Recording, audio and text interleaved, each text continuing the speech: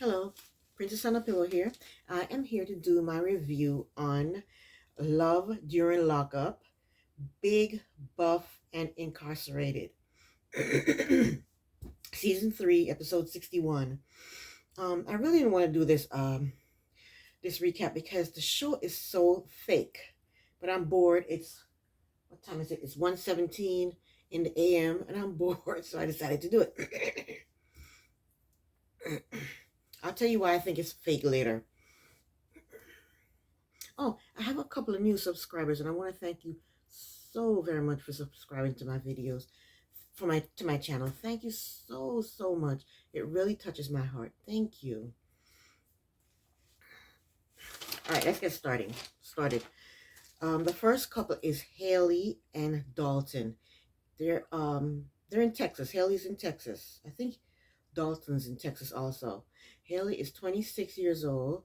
She's a cleaning technician, and Dalton is 25 years old. He's incarcerated, and his crime is burglary and evading arrest. Okay? And Hayley says that Dalton feels like a Greek god to her. Hayley says he is the love of her life. He has been incarcerated for a year and a half. He received an 8-year sentence. Hayley says he is a genius. He dropped out of high school in 8th grade and immediately took his GED and passed. Wow, that's great. Well, at least we know he's smart, right? Book-wise. that Dalton says he met Hayley through a friend while he was incarcerated. Hayley said that Dalton went to her middle school and he was popular. She said she remembers him from back then, but he doesn't remember her. Dalton said that growing up, his parents were well off and successful. He said they definitely tried to teach him right, but he had to learn by banging his head into a wall.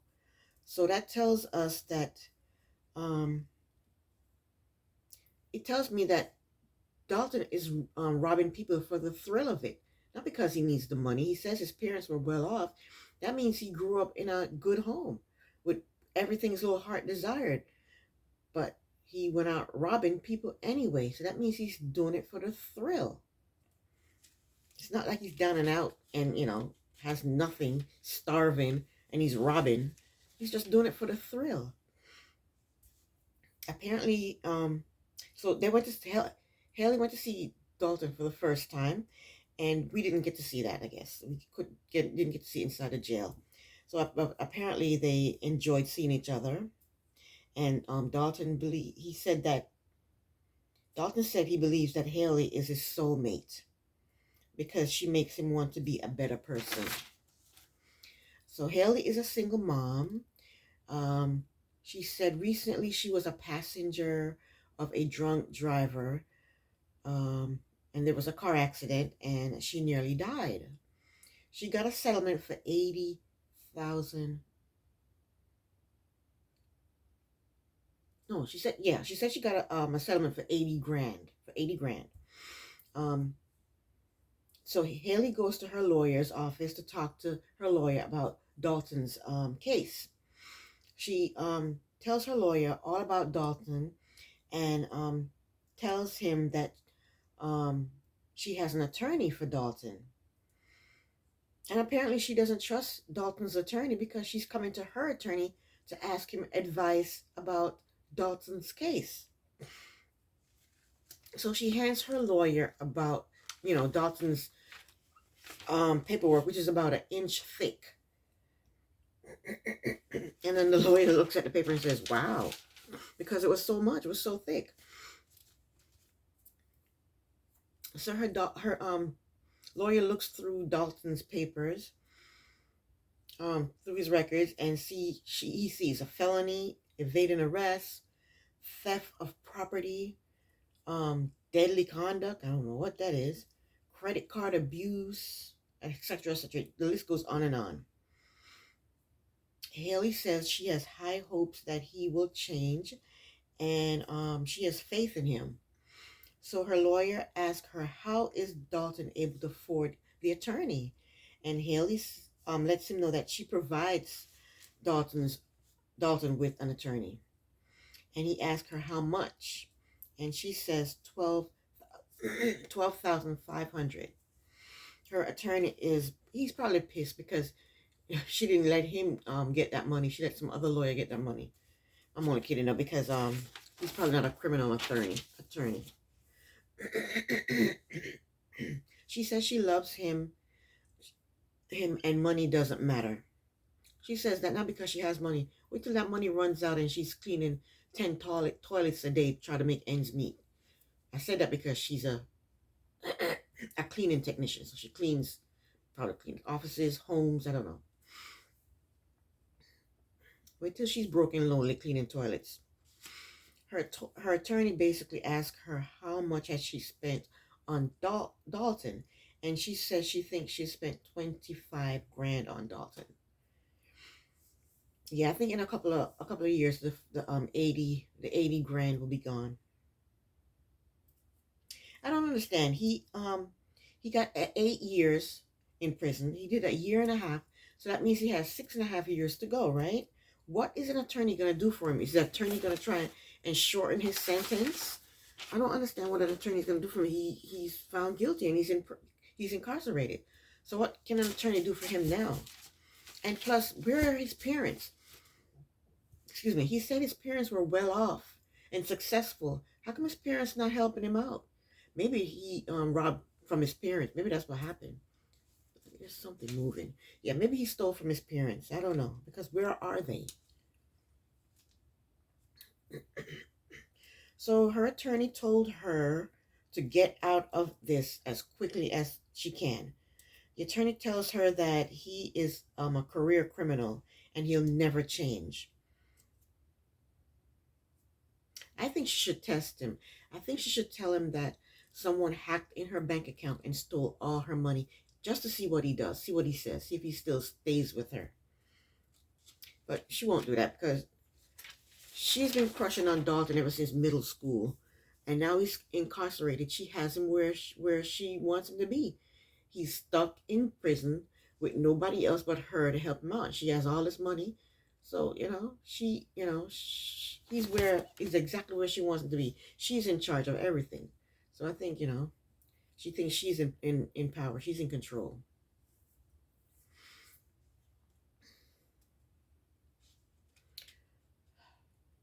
Anyway, that's my opinion. And Dalton traces his penis and sends it to her. Yeah. And she says it's a bit much, and she's scared. She says she's kind of scared.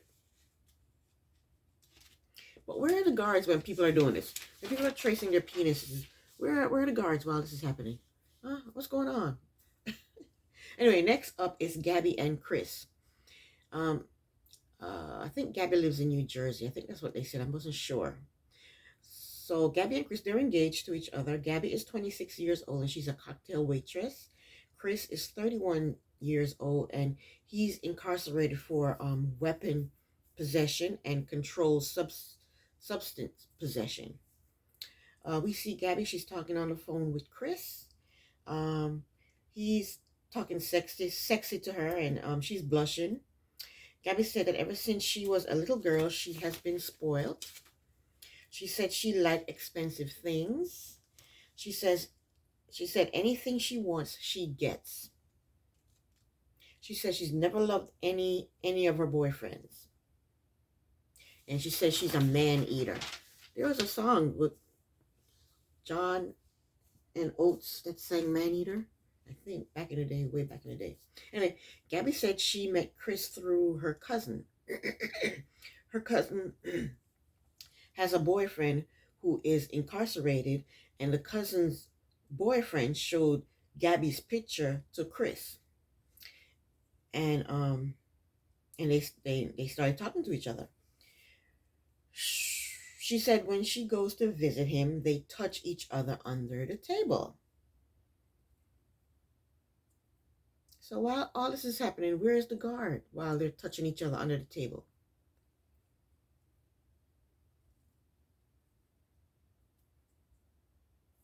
So the person who's interviewing her asks if they have sex under the table. And she goes, no, no. She goes, I wish. Oh my gosh. Gabby says Chris is serving 5 years. Gabby said that Chris sent her $5,000 and she bought her a ring. I think the ring is ugly. It's gaudy and it's ugly. I don't like it. I think she just walked into the store, said, give me the biggest ring you have, and slapped the money down on the counter, got the ring, and walked out. That's what I think happened. Gabby said that if the relationship doesn't work out, she's going to kill him. And I believe her. She says he's not leaving her ever. So then she looks out of her window and said her mother was there. And then we see Gabby getting into her car and her mother's already in the passenger seat. So I want to know, how did her mother get to her place? Did her mother take a train, a bus, a Uber, a taxi? How did she get to Gabby's place? Did she walk? I don't know. Where's her car? Why didn't Gabby just go pick her up from where she was at? I don't get it. I don't know. I'm just curious anyway. Okay. Her and her mother, they're on their way to look at a venue. And her and her mother, they're bickering back and forth. She told her mother to chill the F out at one point. You know, she actually said the F word. And that's what happened when parents when parents spoil their kids, the kids end up disrespecting them when they get older. That's what happens. Gabby says Chris is perfect for her. She says he wants to get married the first day he gets out. But she says no. Maybe the second day, but not the first day. What's the difference between the first day and the second day? I think she wants to get married on the second day because she wants that night to test out the equipment before she walked down the aisle and say, I do. I think that's the reason. Because what's the difference between the first day and the second day? I don't see the difference. If you're going to say we can get married the second day, why not the first day too? I don't know. Anyway.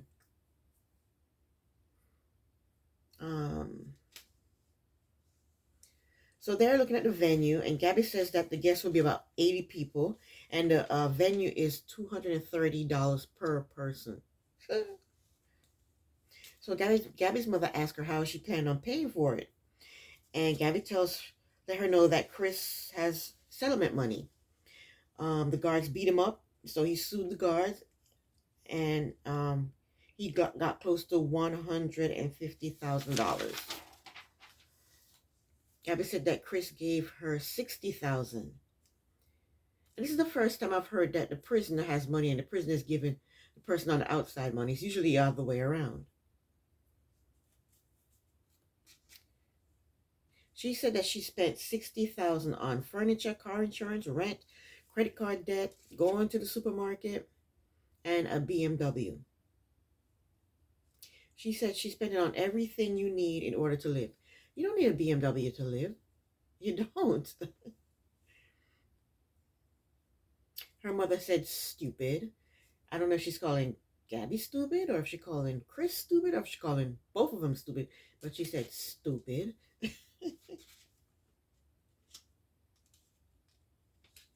But I'm pretty sure that the mom already knows the story about him suing the guards, beating him up, and him suing the guards and getting the money and giving her money. Because this girl is a cocktail waitress. She has a BMW and she has a ring on her finger the size of my eyes.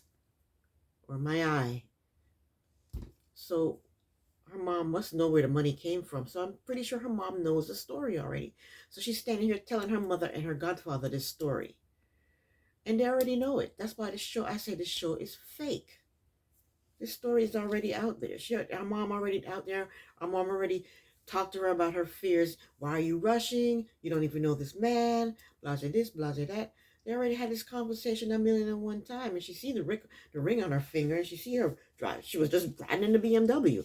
She knows her daughter don't make that much in tips to have a BMW and a ring that size. Come on now. Her mom already knows the story. That's why I say this show is so fake.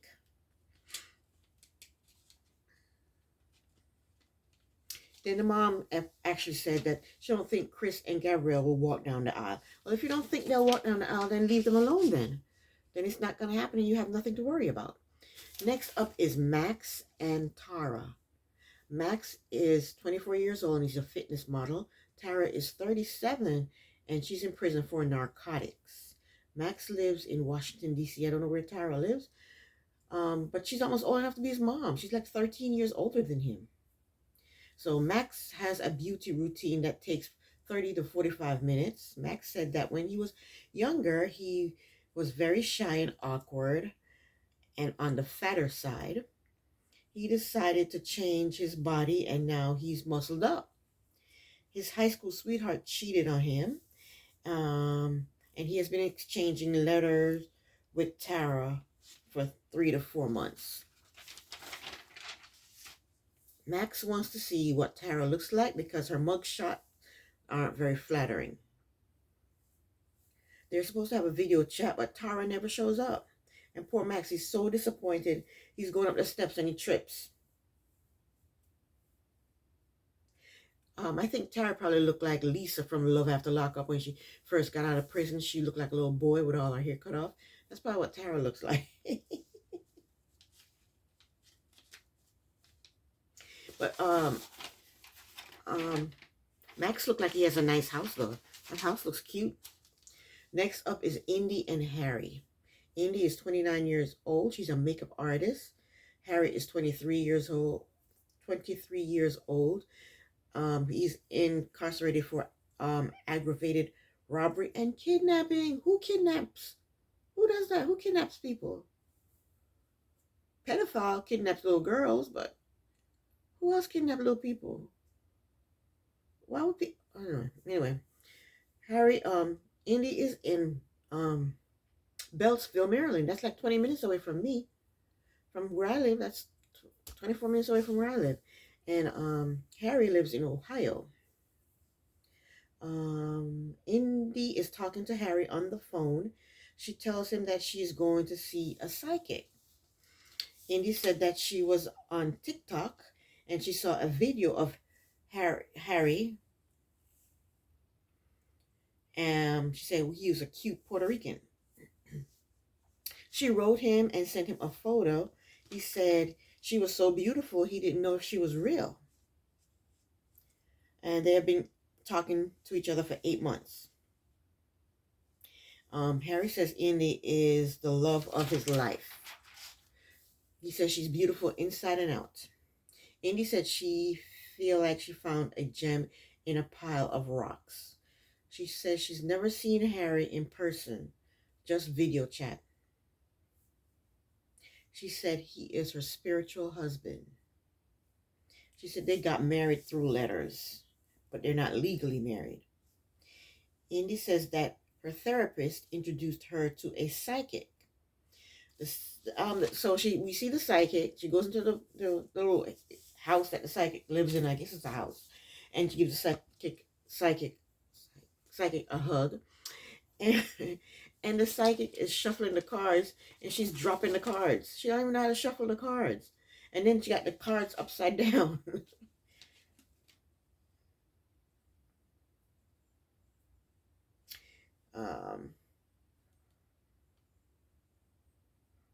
The psychic says, she says the words. She never ever said the words, Harry is getting out. Harry is getting out soon. She never said those words. I didn't hear her say those words. Maybe she said it off camera. But she never said the words, Harry is getting out soon and you will be getting married. But for some reason, that's what Indy heard. I never hear her say those words, but Indy heard those words. Indy's just hearing what she wants to hear. Indy said that Harry has been in for 4 years, almost 5 years. Indy said Harry he just made a mistake and he's not a violent person. The psychic said the words move and Ohio. Now Indy is all set to move to Ohio. Indy said that she's never been married before. She has 2 children. She has a 10-year-old daughter who lives with her father, and she has a 4-year-old daughter that lives with her. Indy tells her sister that the psychic said she should move to Ohio. I never heard the psychic say that, but for some reason Indy heard it. Maybe she did say it offline or off camera, but I didn't hear it. Indy wants her sister to support her while she tells her mother that she's moving to Ohio. Her sister's not with it. Her sister's not going to support her with that. So Indy's going to be on her own while telling her mom that she's moving to Ohio. Indy is at her family's house, and they're going to have family game night. The entire family is there, except for the mother. The mother hasn't showed up yet, so they're waiting for the mother to show up so Indy can tell her the news. Indy's mother finally arrives, and she goes to change her clothes. Indy says her mother is a private investigator as well as a bounty hunter. But how old is she? Indy is 37, so her mom should be in her 50s. She's in her 50s and she's a bounty hunter chasing after people? That wouldn't be me. That wouldn't be me. So everybody's sitting in the living room on the sofa, and Indy tells them that that the psychic said that Harry is getting out in about 4 weeks. I didn't hear the psychic say any of that. So Indy tells them that she is moving to Ohio within the month, and she is taking her 4-year-old daughter with her. The mother is upset. She said she's going to have to investigate Harry. And the mother told her, you don't need to go to Ohio. You have 2 babies. What happened? And then she tells them that her and Harry are spiritually married. And then she explains what the spiritually marriage mean. And the mom said she will be investigating Harry. So she'll find out everything there is to know about Harry. So Harry calls while, everybody's screaming at poor Indy. I feel bad for her because, she starts crying. So Harry calls, and Indy goes into another room to talk to him. And she tells him what happens, and he's comforting her. He's saying comforting words to her. And she's begging him not to disappoint her because she don't want to hear them saying, I told you so. So she's begging him not to disappoint her. And he's comforting her. He's saying comforting words to her on the phone. He's reassuring her that he won't disappoint her. And spoiler alert, I thought I saw a clip where she was talking to him on the phone, and she was talking about coming to Ohio, and he was acting like he didn't want her to come. But you know how they do. They put in these little clips to deceive us, to let us think something's going to happen when it doesn't happen. So I don't know if that's going to happen, but I thought I saw a clip like that. The next couple is Ty. I think that's how she pronounced her name. T-A-I, Ty. We're going to call her Ty. Ty, she's 37 years old, and she's a mortician. And Hadi, he is 34 years old, and he's incarcerated for possession with intent to distribute. Ty is from Buffalo, New York. Ty said her dream man would have to be educated, but hood, not chubby, but not too much in shape, because she likes to eat and she's not always in shape. He must have children because she comes with 3, she says. She said that she's never been married and she's been engaged once before. She said she decided to go online to date inmates because she was lonely. And that's how she met Hadi. No, that's not how she met Hadi. That's not, because she said something else after that. She said, okay, so Ty is talking to Hadi on the phone. She said Hadi is a local rapper. Ty said Hadi was introduced to her by, she didn't meet him on a, what she said, she didn't meet him on, to date image. She didn't meet him on her own. She met him through her cousin. Ty said Hadi was introduced to her by his cousin who goes to the same hair salon that she does. Another cousin introduction. Why are these cousins introducing their cousins to inmates? What's up with that?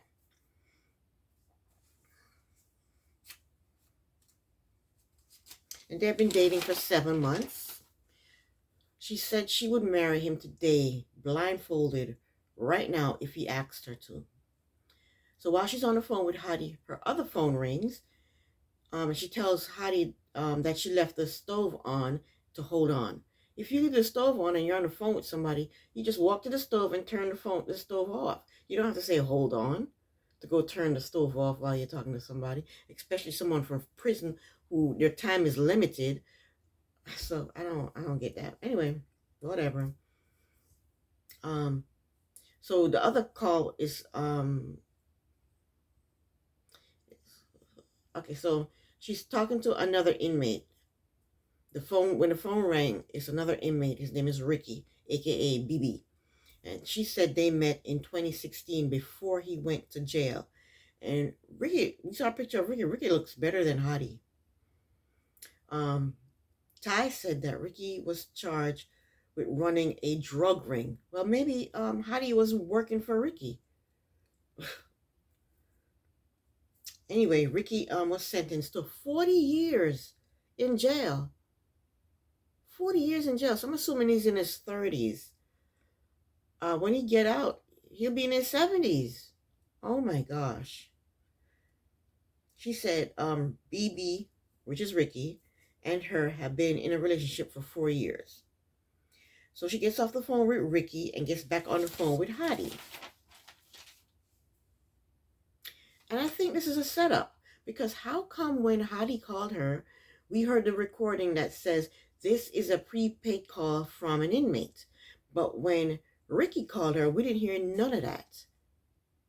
And how come while the cameras are there, just coincidentally, both guys call her at the same time? That's a coincidence?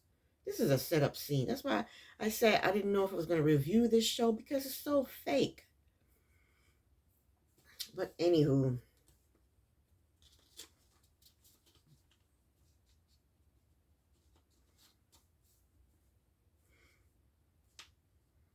Okay, so Ty says she's talking to about 8 to 10 other men a week. When does she have time for that? She has 3 kids. She's a mortician, so she has a job. And then she got to take her daughter to soccer. When does she have time to talk to 8 to 9 to 10 kids, to 8 to 10 inmates a week? She has a vision board which says marriage, love, and happiness. So she wants marriage to come before love? I don't know. Girl is, I don't know. So she's dating multiple inmates in order to build the perfect man. I think she's just delusional. She's just a delusional person. She says she prefers men in prison because she grew up with her grandmother. Her father moved to Seattle, Washington when she was 9 years old, and she communicated with him through conversations and pictures, which is a lot like dating someone in prison. That's what she said. So her phone rings, and it's a female, and the female says that she's Hadi's girl. Another coincidence that while the cameras are there, a female call. Drama. I mean, that's a setup. It just seems so fake to me. So Ty is yelling and screaming at the girl, saying, "Oh, I'm his woman. No, you're not his woman. You know, you're a liar, blah, blah, blah." And where is her daughters while she's yelling and screaming at this woman on the phone? I don't know. The lady on the phone says Hadi has been her man for 12 years. So that means Ty is the side piece. She's only been talking to him for 7 months. Ty said Hadi does not have time to write to other women because he's constantly calling her phone. So while she's talking to the girl, Hadi calls. She asks him, why is some girl calling her phone? and he's acting like he doesn't know what she's talking about. So she merged the call, and Hadi says, "Who's this?" And the girl said, um, the girl said, "What do you mean? This is your girl, Boston." And then Ty hangs the phone up. Ty says, even though she is talking to multiple inmates, her current favorite is Hadi. I wonder if Ty ever heard of that 5-letter word that starts with a K. Karma. Ty, I want you to meet Karma. Karma, I want you to meet Ty. Because she's dating all these other inmates. So why can't he date other people on the outside? Anywho, I want to know what's going on in these prisons. In prison, people are putting up TikTok dating profiles. They're getting hand jobs under the table. They're tracing their penis and sending it to people. Just sending it out there to people. They're suing the guards and getting thousands and thousands of dollars. They're calling people all over the country, just making phone calls to whoever they want to make phone calls to. What is going on in prison? There's another couple that we're supposed to be meeting. I guess we'll meet that couple next week. Anyway, that was short. Thank God. This is the end of my review and recap of Love During Lockup. I'm not sure if I'm going to do another review next week. But anyway, if you like my videos, please like, subscribe, comment, and share my video. Princess on a Pillow here. Thank you so very much for watching. Bye.